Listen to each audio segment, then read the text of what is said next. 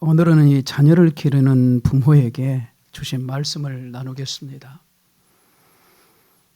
하나님과 동행하는 폭풍 속의 가정이라고 하는 책이 있습니다. 제가 한 주간 동안 직접 읽어봤는데 정말 은혜스러워요. 근데 이 책은 2명의 아들을 입양한 후에 아들 셋을 더 낳은 5 아들의 아버지자 기독교 윤리학자요 신학자이며 폭풍 속에 휩싸인 가정 안에서 아주 치열한 삶을 통과한 경험자의 고백이기 때문에 더더욱 힘이 됩니다. 저자인 이 너셀 무어 교수는 결혼을 하고 가장 두려워했던 것이 있는데 아내가 갑자기 원치 않는 임신을 하게 되는 것이었습니다. 그래서 한동안 아이를 갖지를 못했어요. 그러다가 어느 시점에 아이를 원하는 마음이 생겼는데 이제는 임신이 안 된 것입니다. 결국 의사가 불임을 진단을 내렸습니다. 그때 이 너셀 무어 교수는 하나님 앞에서 엄청난 영적 좌절을 경험했다고 그렇게 책에는 기록하고 있어요. 자객의 아이를 낳고 낳지 않을 권리가 있는 줄 알았던 것이 착각이었다는 것입니다.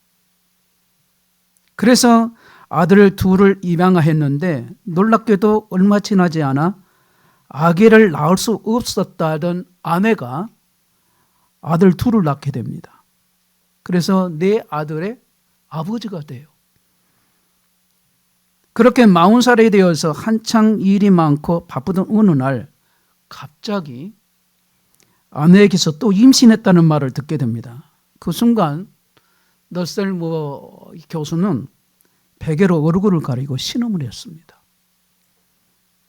그는 자녀의 축복에 대해서 책을 출간을 했고 또 글을 많이 썼습니다. 아들들과 시간을 보낸 것이 이 교수님에게 있어서는 아주 큰 기쁨이었다고 그렇게 자기의 삶을 돌이켜봐요. 그럼에도 불구하고 계획이 없는 아기를 가진 아내에게 한 말은 도대체 어떻게 된 거야?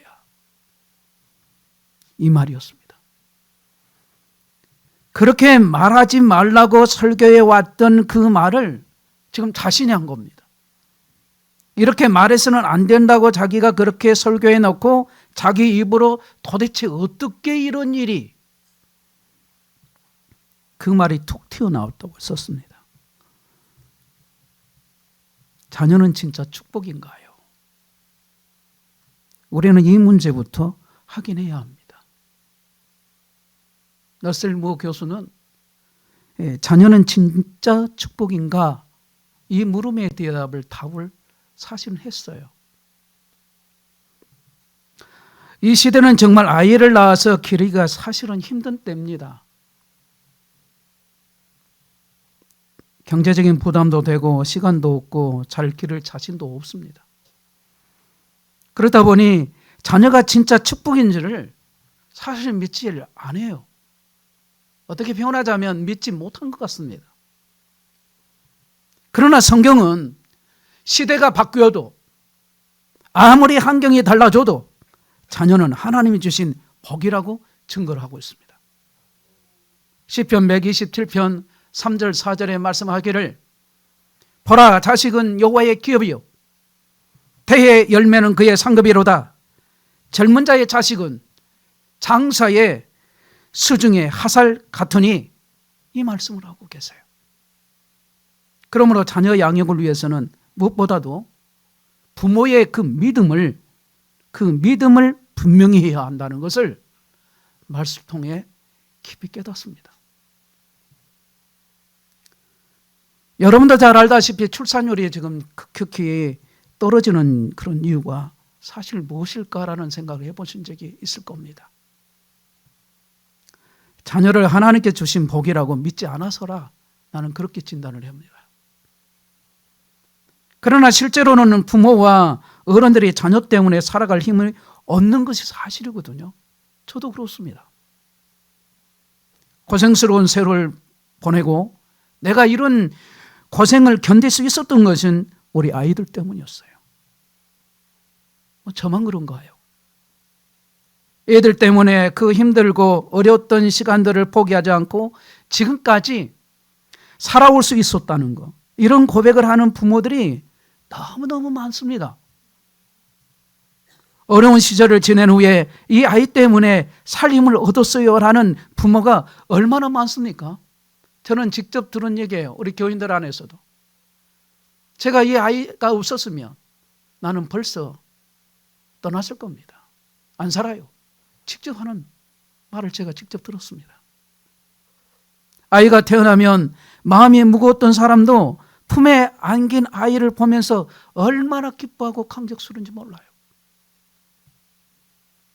자녀는 무거운 짐이 아니라 하나님께 주신 복이다.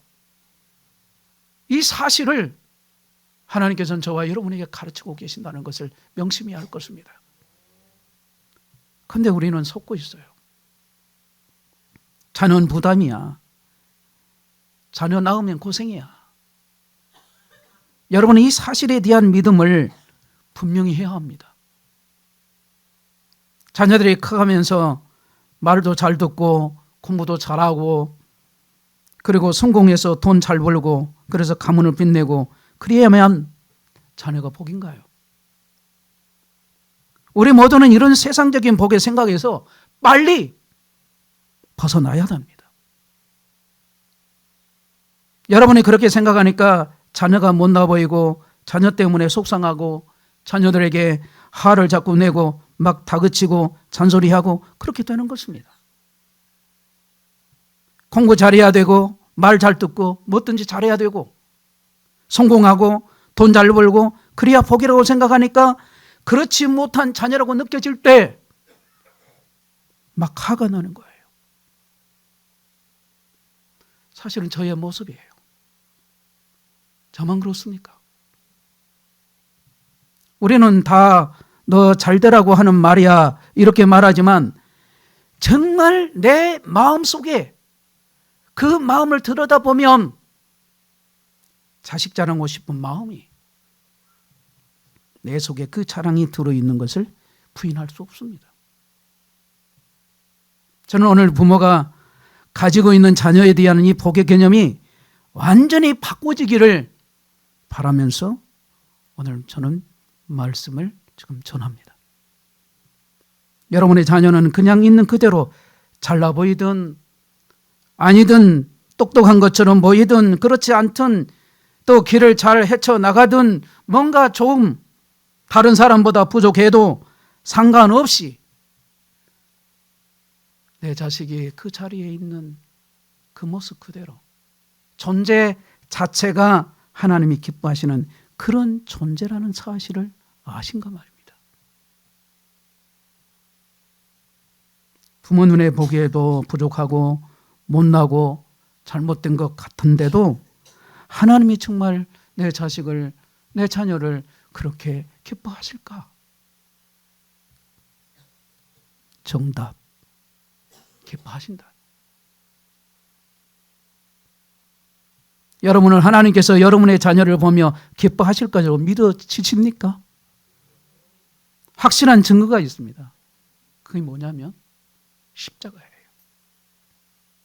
예수님 십자가. 예수님이 피 흘려 주시기까지 그렇게 사랑하신 그 십자가의 은혜. 근데 여러분의 자녀는 거기에 제외됐습니까? 하나님의 그 십자가의 은혜를 받을 수 없다. 하나님께서 우리 자녀에게는 절대로 십자가의 은혜를 주실 수 없으시다. 여러분, 이런 사람이 있을 수 있겠습니까? 이 사실을 진짜 믿으면 아이들이 살 길이 열리고 부모가 정말 믿으면 여러분이 그 사실을 진짜 믿게 되면 그 아이를 바라보는 내 눈이 달라지고 내 말이 달라져요. 한했던 것도 절제가 되어집니다. 결국은 진단해 보면 믿음이 없는 나의 모습이란 말입니다. 어느 누가 이 십자가의 은혜에서 제외된단 말입니까? 하나님은 우리 아버지세요. 우리 자녀들의 아버지세요. 나의 아버지도 되지만 내 자식들의 아버지단 말이에요. 그러니 하나님께서 자녀를 보면서 기뻐하는 것은 지극히 당연한 것입니다. 그 사실을 부모가 믿느냐 안 믿느냐, 그 믿음의 차이일 뿐이죠. 우리가 사는 세상은 고생할 것이 뻔한 세상입니다. 그러나 여러분 한번 생각해 보세요. 인류 역사상 그 어느 시대에 재앙이 없었고 환난이 없었고 시험이 없었고 마귀가 영적인 공격을 하지 않는 그런 시대가 어느 시대에 한 번이나 있었을까요? 어느 시대나 혼란, 재앙, 시험 다 있었습니다. 지금만 있는 게 아니에요. 그 어떤 시절이든 시련과 환난이 가득 차 있었음을 알아야 돼요. 그렇지만 우리에게는 주님의 분명한 약속이 있습니다. 이게 소망이에요. 마태복음 28장 20절. 세상 끝날까지 너희와 항상 함께 있으리라. 아멘. 이 말씀이에요. 우리가 예수 믿는다면 진짜 믿어야 될 것이 우리 주님이 항상 세상 끝날까지 함께 하시겠다라고 하는 이 복의 약속, 이 약속을 믿어야 하는 거예요. 그런데 정말 슬픈 것은 안 믿는 것이 더 슬퍼요. 부모도 우리 자녀도 하나님이 함께 하시는, 예수님이 함께 하시는 그 믿음만 있으면 됩니다. 돼요. 하나님께서 우리에게 자녀를 주실 때 그냥 우리 힘으로 살아가라고, 부모 너가 잘 키워봐라, 부모 잘 기르라고 그렇게 맡긴 게 아니에요. 주님이 세상 끝날까지 함께 하시겠다는 약속도 함께 주셨다는 사실을 믿어야 된다는 말이죠. 그 믿을 때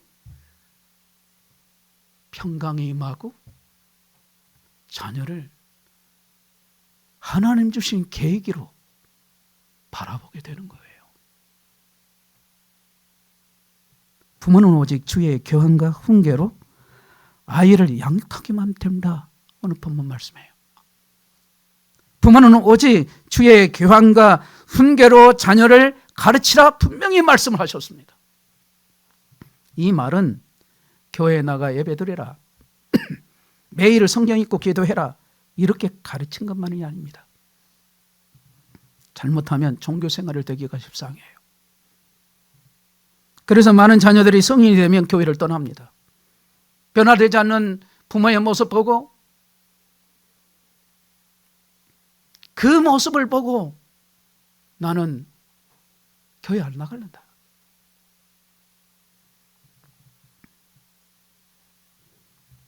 주의 교훈과 훈계는 오직 예수님 십자가의 그 용서와 사랑 안에 쓰입니다.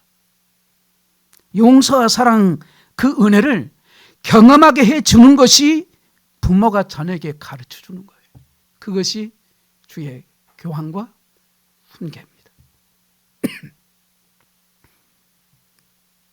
늘 지적하고 꾸짖는 것이 가정의 분위기가 되지 않게 하십니다. 아멘. 부모가 교회 다녀라, 성경 읽어라, 기도해라, 공부해라, 청소해라, 잔소리하지 말고, 잔소리만 하지 말고요.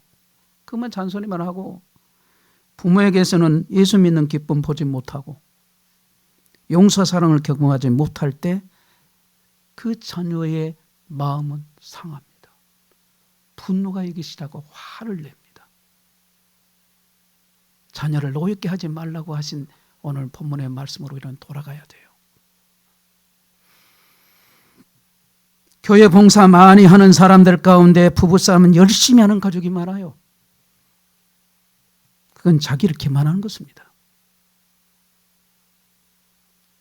자녀들에게 버릇 없다고 부모가 고함치면서 윽박지르는 때가 있습니다.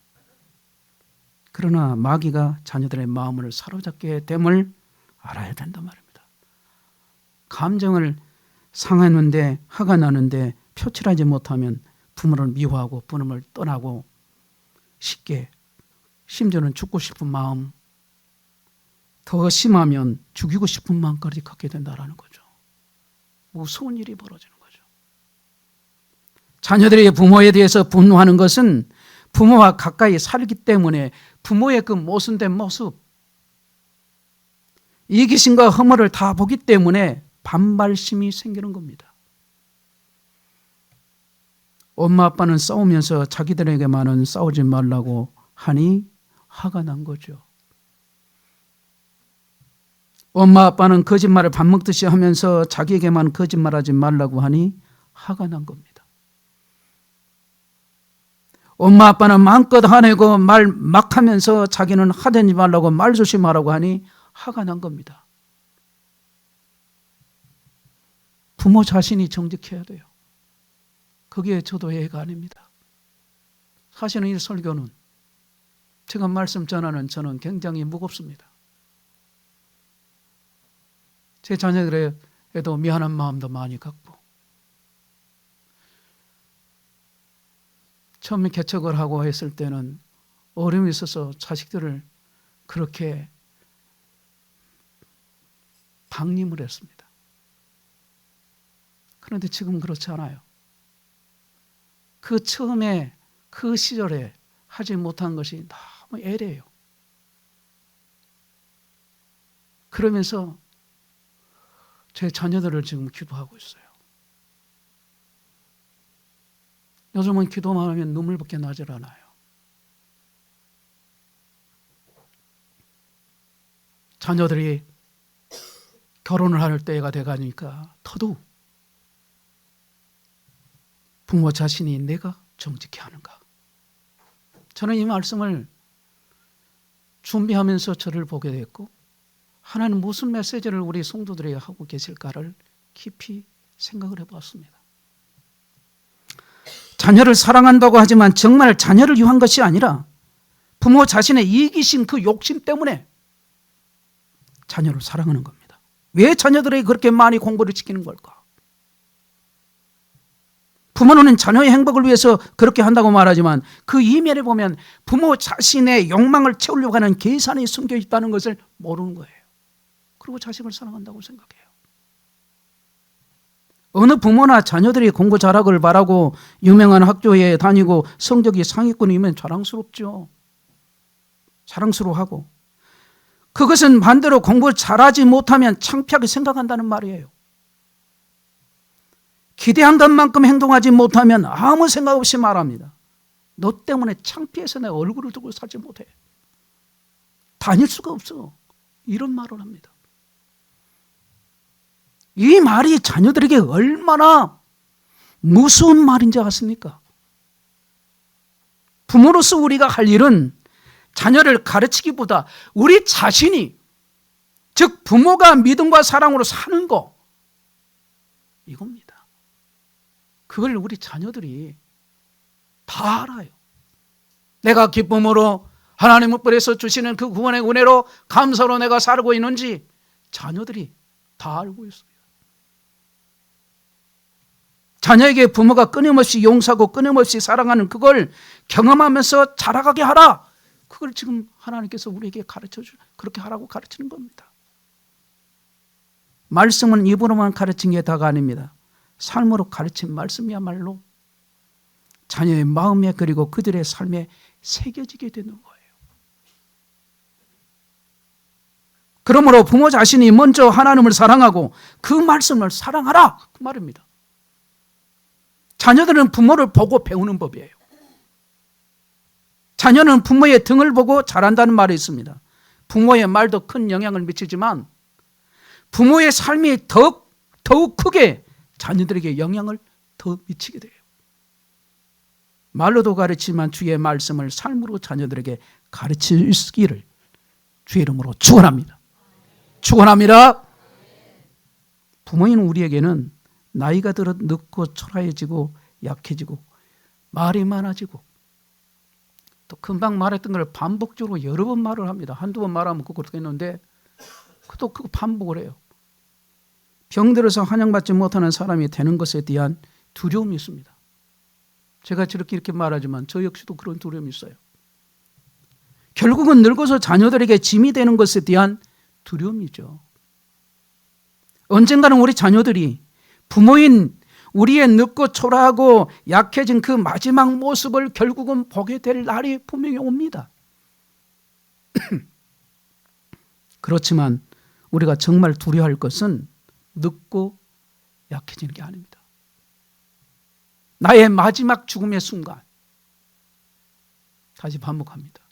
나의 마지막 죽음의 순간, 나는 어떤 모습으로 자녀들의 마음에 남아있을까? 바로 이 점입니다.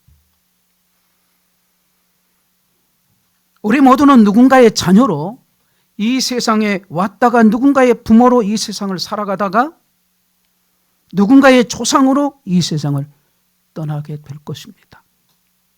제가 이 부분은 어느 성도의 장례식에 제가 설교했던 말씀 중에 한 부분이에요. 제가 다시 반복하게 할게요. 우리 모두는 누군가의 자녀로 이 세상에 왔다가 누군가의 부모로 이 세상을 살다가 누군가의 조상으로 이 세상을 떠난다. 그러니까 진짜 두려운 것은 나의 믿음이 우리 자녀들의 그 마음과 생각 속에 어떻게 기억될까라는 거, 그게 가장 두렵다는 생각을 해요. 저는 열왕기상 1장을 보면 다윗 왕이 나이가 많아 늙으니 이불을 덮고도 떨고 젊은 여자가 같이 누워도 따뜻하지 않았다는 말로 시작됩니다. 이스라엘 용사 다윗 왕도 어쩔 수 없이 마지막은 병상에서 초라하고 그렇게 나약했습니다. 그러나 이 다윗의 마지막 그 모습은 그게 전부가 아니었다는 것을 성경은 분명하게 말씀하세요. 솔로몬이 왕이 된 후에 성전을 완공하고 1,000번제를 드렸을 때 하나님께서 솔로몬에게 내게 무엇을 해주기를 원하느냐고 물으셨고, 솔로몬의 대답은 백성을 다스릴 수 있도록 지혜를 달라고 하는 기도를, 그러니까 그거를 지금 구해요. 하나님께서 솔로몬의 기도를 들으시고 너무나 기뻐하시면서 구하지 않는 것까지도 다 주셨습니다. 그것은 엄밀히 말하면 솔로몬의 것이 아니라 다윗의 것이에요. 솔로몬이 하나님의 말씀을 듣는 순간 아버지 다윗이 생각났던 것입니다. 열왕기상 3장 6절에 보면은 솔로몬이 이르되 주의 종 내 아버지 다윗이 성실과 공의와 정직한 마음으로 주와 함께 주 앞에서 행함으로 주께서 그에게 큰 은혜를 베푸셨고, 주께서 또 그를 위하여 이 큰 은혜를 항상 주사 오늘과 같이 그의 자리에 앉을 아들을 그에게 주셨나이다. 이 말씀 속에 성실과 공의와 정직한 마음으로 주와 함께 주 앞에서 행함으로 다윗에 대한 부분을 그렇게 고백을 하고 있어요. 그러니까 이런 아버지를 보고 자란 아들은 하나님께 무엇을 구해야 할지를 알게 되었던 거예요. 이것이 아들인 솔로몬의 머리에 남아있는 아버지의 다윗의 모습이었습니다. 물론 나중에 이 솔로몬이 타락하고 하는 부분은 제가 말씀드린 게 아니에요. 그의 좋은 부분만 말씀드린 겁니다. 히스기야, 그럼 여러분 잘 알죠? 히스기야 왕. 그럼 히스기야는 모든 상을 타파하고 산당을 허물었던 훌륭한 왕이었습니다. 눈물의 기도로 15년 생명을 연장받기도 했어요. 그 후 3년 만에 므낫세라는 아들이 태어나는데 그 므낫세라는 이름의 뜻은 잊게 하다. 그러니까 하나님께서 아수리의 공격과 자신의 죽을 뻥의 고통을 잊게 하셨다는 말입니다. 그러니까 아수르 왕의 공격도 잊어버리고 중환병으로 죽어가던 두려움도 다 잊게 만들어준 아들이에요. 그런데 므낫세가 태어나고 그 아들이 자라는 그 시기에 히스기야는 이전과 같지 않았습니다. 전에 하나님을 그렇게 신실하게 의지하고 믿던 그 믿음을 다 잃어버린 거예요. 하나님께서 엄청난 복을 주셨으나 교만하게 행하면서 하나님의 진노를 사게 됩니다. 그리고 하나님께서는 히세가 죽고 난 다음에 이스라엘이 멸망할 것을 예언을 하셨어요. 아버지 히스기야의 이런 말년을 보고 자란 므낫세는 이스라엘 역사상 가장 악한 왕이 되었습니다.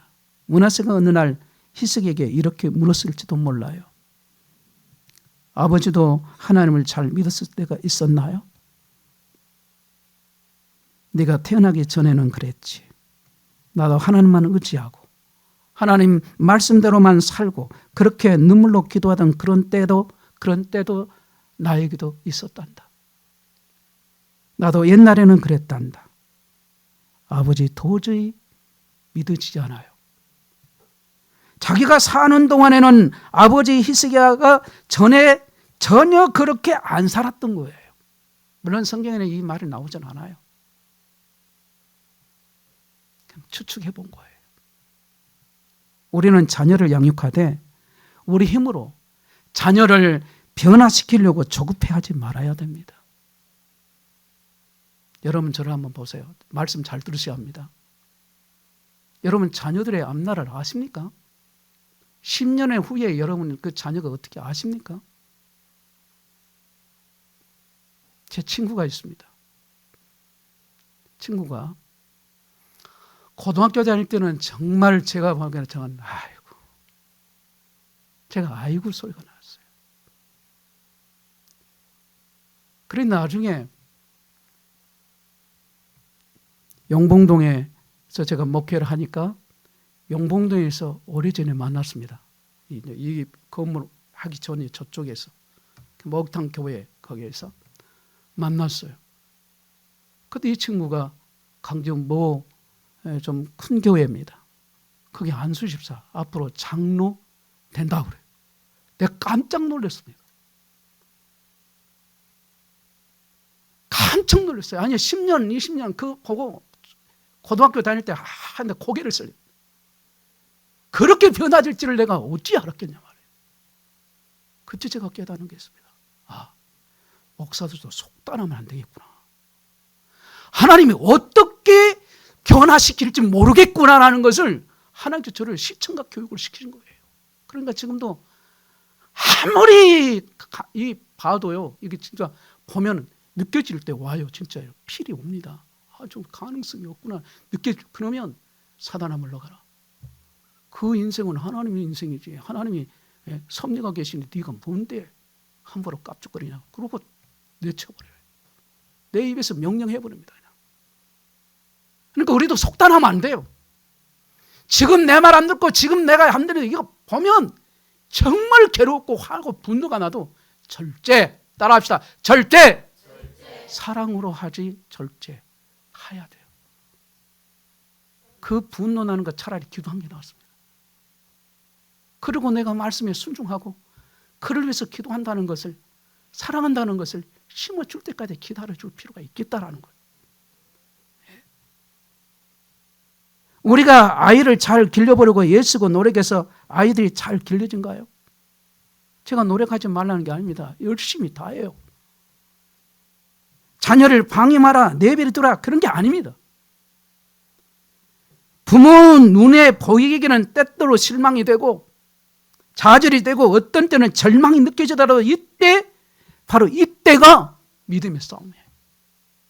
믿음의 싸움. 이걸 다르게 표현하면 영적 싸움. 예수님이 대신 십자가에 죽어주신 내 딸, 내 아들이다. 이 사실을 믿어야 돼요. 할렐루야. 이 사실을 믿지 않으면 어떻게 그 자식을 품고 기도하겠습니까? 분노가 나는데, 내가 화가 나는데. 저걸 오늘 다리 붕대를 불러버리고 말겠다. 이렇게 말하면 안 되겠네. 그럼 화가 나잖아요. 저만 화가 납니까? 여러분 화 안 나세요? 성질 나불잖아요. 솔직히 말하게. 그래 솔직히 해야 돼요.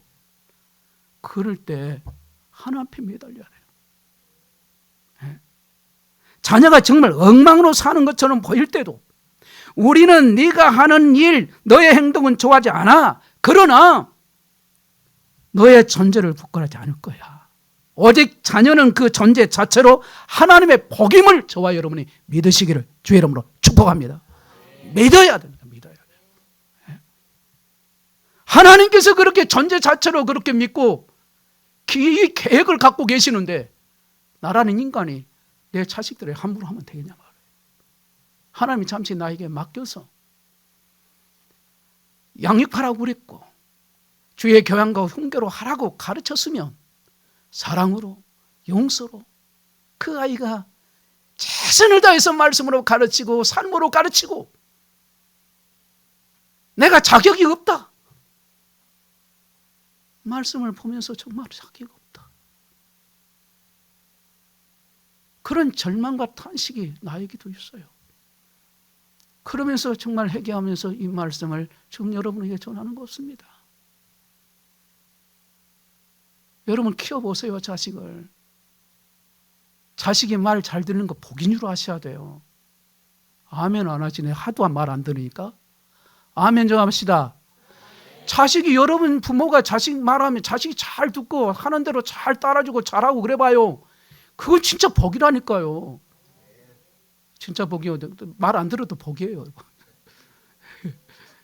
다 양쪽 다 복이에요. 자녀들을 양육하여도 자녀들이 삐뚤어질 수 있습니다. 성경에 보면 탕자의 비유가 나와요. 이 탕자의 비유를 보면 그 아버지 아래서도 좋은 아버지인데 그 좋은 아버지 그 아래서도 탕자가 나왔다는 걸 아시냐 말이에요. 하나님 앞에 신실한 믿음의 가정에도 탕자가 나올 수 있습니다. 우리 가정에 탕자가 생겼다는 게 부끄러운 게 아닙니다. 탕자를 둔 가정의 진짜 비극은 그 부모가 그들을 부끄러워한다는 거예요. 그것은 믿음도 사랑도 아니에요.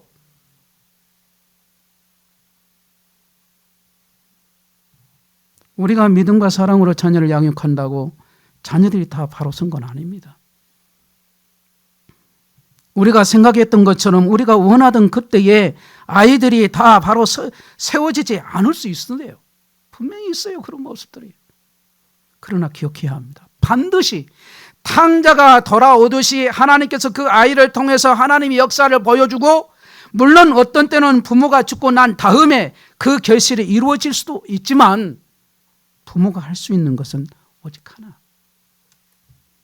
자녀가 방황할 때 부모는 하나님 믿고 다음과 같이 말할 수 있어야 돼요. 그 말이 무슨 말일까요? 네가 뭘 하든 네가 어디를 가든 너는 항상 나의 자녀요 우리의 자녀요 하나님이 너의 장래를 책임지신 분이시다. 당장은 변화가 없을지 모르지만 탕자처럼 오랜 세월을 도망 다닌 후에도 성령께서 그 죄를 깨우치셔서 주님께로 돌아오게 이끄실 거란 말입니다. 그래서 기도하고 말씀 붙잡고 기도하고 사랑으로 믿음으로 그렇게 살기를 간절히 원하고 바라고 새벽을 깨워 기도하고 시간을 내서 기도하고 기도가 아니면 살 수 없다는 고백이 나올 수밖에 없어요. 때로 부모가 죽은 오랜 후에도 회심으로 이어집니다. 부모의 할 일은 부모 자신이 믿음으로 오직 사랑으로 사는 거예요. 그것이 부모가 자녀들에게 물려줄 최고의 유산입니다. 한국 초대교회의 유명한 목사님이신 길손준 목사님 계시죠. 이 길손준 목사님의 아들은 술주전병이에요. 망난이었습니다. 길손준 목사님이 장로님일 때 아들을 볼 때마다 야단을 쳤습니다. 너무 안타까워서 볼 때마다 책망하고 저주를 했습니다. 그러나 그럴수록 아들은 더 빗나가는 거예요. 한 번은 미국 선교사님께서 그런 길손준 장로님에게 아들을 저주하지 말고 축복을 해주세요 하고 권면을 했습니다.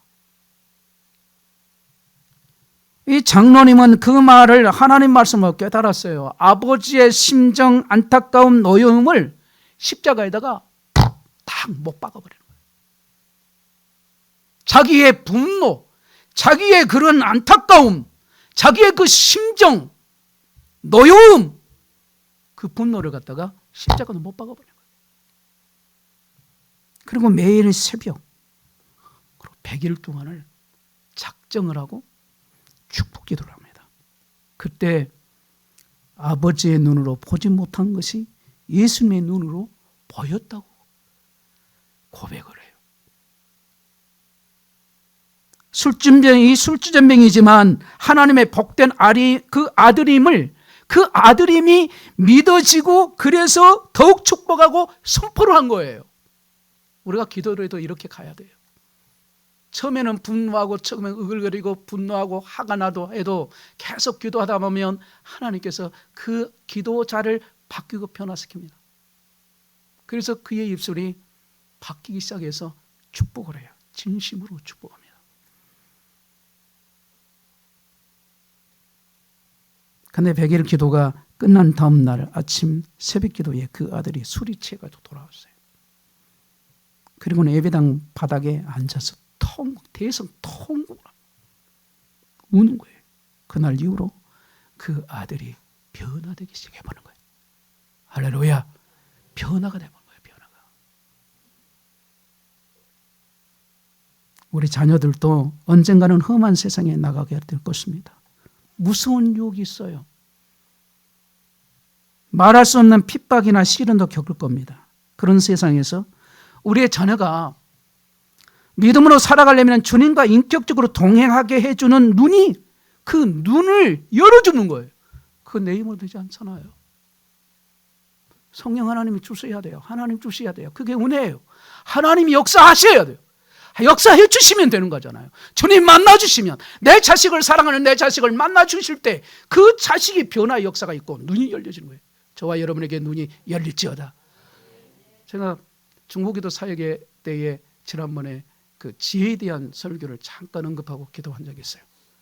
보통 보면 우리 어린아이들, 주일학교, 중고등부 청년들에게는 지혜와 총명과 명철을 달라고 기도를 하는데 정작 자신은 자기가 그걸 기도를 하래요.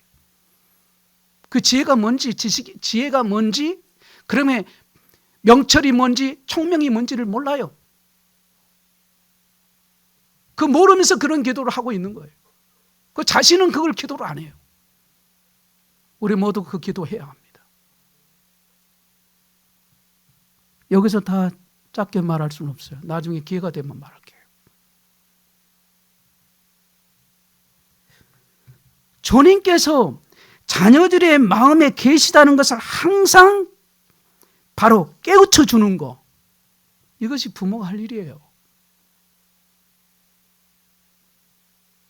여러분, 우리 주일학교 중고등부 아이들이 지금 꿈터에서 공부하는데 이 아이들이요, 영적으로 깨어 있으려면 바로 이 공부를 왜 하는가를 알면 그들이 공부하게 돼요. 분명히 공부하게 됩니다. 그걸 깨우치기 위해서 우리 목사님이 예를 쓰잖아요. 그 예 쓰는 마음은 전혀 모르고 말해요. 여러분 분명히 알아야 돼요. 부모 되신 분을 기도하라고 제가 늘 아주 계속 말하죠. 해보세요. 해보면 알아요. 해봐야 경험하게 되고 알아가게 되고, 하지 않으면, 그런데 사단은 기도 못하게 만들어요. 그러니까 기도를 안 하는 것을 죄로 여기 생각하지 않아요. 그리고 자녀들이 주님과 인격적이고 친밀한 관계를 맺도록 격려를 해줘야 돼요. 자녀를 잘 기르는 것이 부모에게 정말 무거운 짐입니다. 저와 여러분은 지금 다 그 무거운 짐을 다 지고 있어요. 그 짐을, 진 것을 주님은 말씀합니다. 너 무거운 짐을 내게 맡겨라. 다 맡겨버리라까지 말씀을 해요. 그 맡기라 했으면 맡겨야 할 저와 여러분들은 그 짐을 안 맡겨요. 이 짐은 죄의 짐도 있고 생활의 짐도 있고, 그 생활의 짐 가운데 우리 자식의 앞날 있으면 그 두려움 때문에 심지어는 자기 개인의 그 두려움 때문에 병이 걸린 사람도 있어요. 믿는 자 속에서 그런 사람이 있다라는 것이 어쩌면 부끄러울 정도가 돼요. 우리는 하나님께 맡긴다 했으면 진짜 맡기고 살아야 할 것입니다. 아멘이 할 바에는 크게 하십시오. 아멘. 따라합시다. 주께 맡기라. 주께 맡겨버리라. 그러면 저와 여러분들은 아멘이에요. 맡기라 했을 때, 맡길 때 저와 여러분에게 평강이 임해요. 그러니까 다시 반복합니다. 자녀를 잘 기르는 것이 부모에게는 무거운 짐이에요. 그러나 그것은 우리 힘으로 자녀를 잘 기르려 한다고 생각하니까 그렇게 된 거예요. 이제는 정말 하나님께서 함께 하시는 주님께 내가 맡겨야 돼요. 그것이 우리가 살고 자녀들이 사는 길입니다. 말씀 맺겠습니다. 자식은 여호와의 주신 기업이요 태의 열매라고 말씀해요. 그리고 태의 열매는 그의 상급이라고 말씀을 합니다. 동시에 자식은 하나님께서 우리에게 위탁해 주신 아주 소중한 존재입니다. 그러므로 우리 자신들의 기쁨을 위한 것도 아니고 우리의 욕심을 채우기 위한 것도 아닙니다. 그들은 주님의 뜻대로 길러져야 하고 주님의 형상대로 양육을 받아야 해야 돼요. 돈이 많아도 그 돈으로 자녀의 육체는 성장시킬 수 있으나 그러나 그들의 마음, 즉 영혼을 성장을 시킬 수는 없어요. 오직 하나님 말씀만이 사랑하는 자녀들의 영혼을 성장시킬 수가 있는 것입니다. 우리 모두는 누군가의 자녀로 이 세상에 왔다가 누군가의 부모로 이 세상을 살아가다가 누군가의 조상으로 이 세상을 떠날 겁니다. 진짜 두려운 것은 부모인 나의 믿음이 우리 자녀들의 마음과 생각 속에 어떻게 기억될까? 그러므로 자녀 교육의 최고의 양육은 오직 믿음과 사랑으로 살아낸 부모의 삶을 심는 겁니다. 가정에서 용서와 사랑, 은혜를 경험해 주는 것이 부모가 자녀들에게 가르쳐야 될 주의 교훈과 훈계임을 늘 기억하시고 들은 대로 배운 대로 그렇게 되어지는 은혜를 강구할 수 있기를 주의 이름으로 권면합니다. 부모의 말도 큰 영향을 미치지만 부모의 삶이 더 크게 자녀들의 영향을 미칩니다. 말로만 가르치지만 주의 말씀을 삶으로 자녀들에게 가르치라. 아멘 해야 하는 거예요. 하나님께서 우리 자녀들을 보며 기뻐하실 것이라고 여러분 믿으시죠? 잘 되는 자녀는 물론 기뻐하실 것이라 믿어지지만 비록 내가 눈물로 기도하는 내가 힘들어하는 그 자녀라 할지라도 말입니다. 믿음의 싸움에서 우리 모두가 승리합시다. 믿음의 눈으로 우리 자녀를 바라봅시다. 자녀들의 그 마음 깊은 곳에 부모인 우리 안에서 역사하시는 주님의 그대로 심기를 원하신 분이 하나님이시란 말입니다. 그게 믿음으로 사랑으로 말입니다. 우리 모두가 오직 믿음 사랑으로 살아갑시다. 부모인 우리 자신이 주님을 온전히 믿고 하나님의 사랑으로 살아갑시다. 자녀는 주님이 책임져 주신 거예요. 우리 모두의 자녀들이 건강하고 반듯하게 자신의 역할을 다해 나갈 수 있도록 다해는 그 믿음을 지키면서 정직한 주님이 귀하게 쓰시는 깨끗한 인물들로 쓰임받게 되기를 주님의 이름으로 간절히 축원합니다. 축복합니다.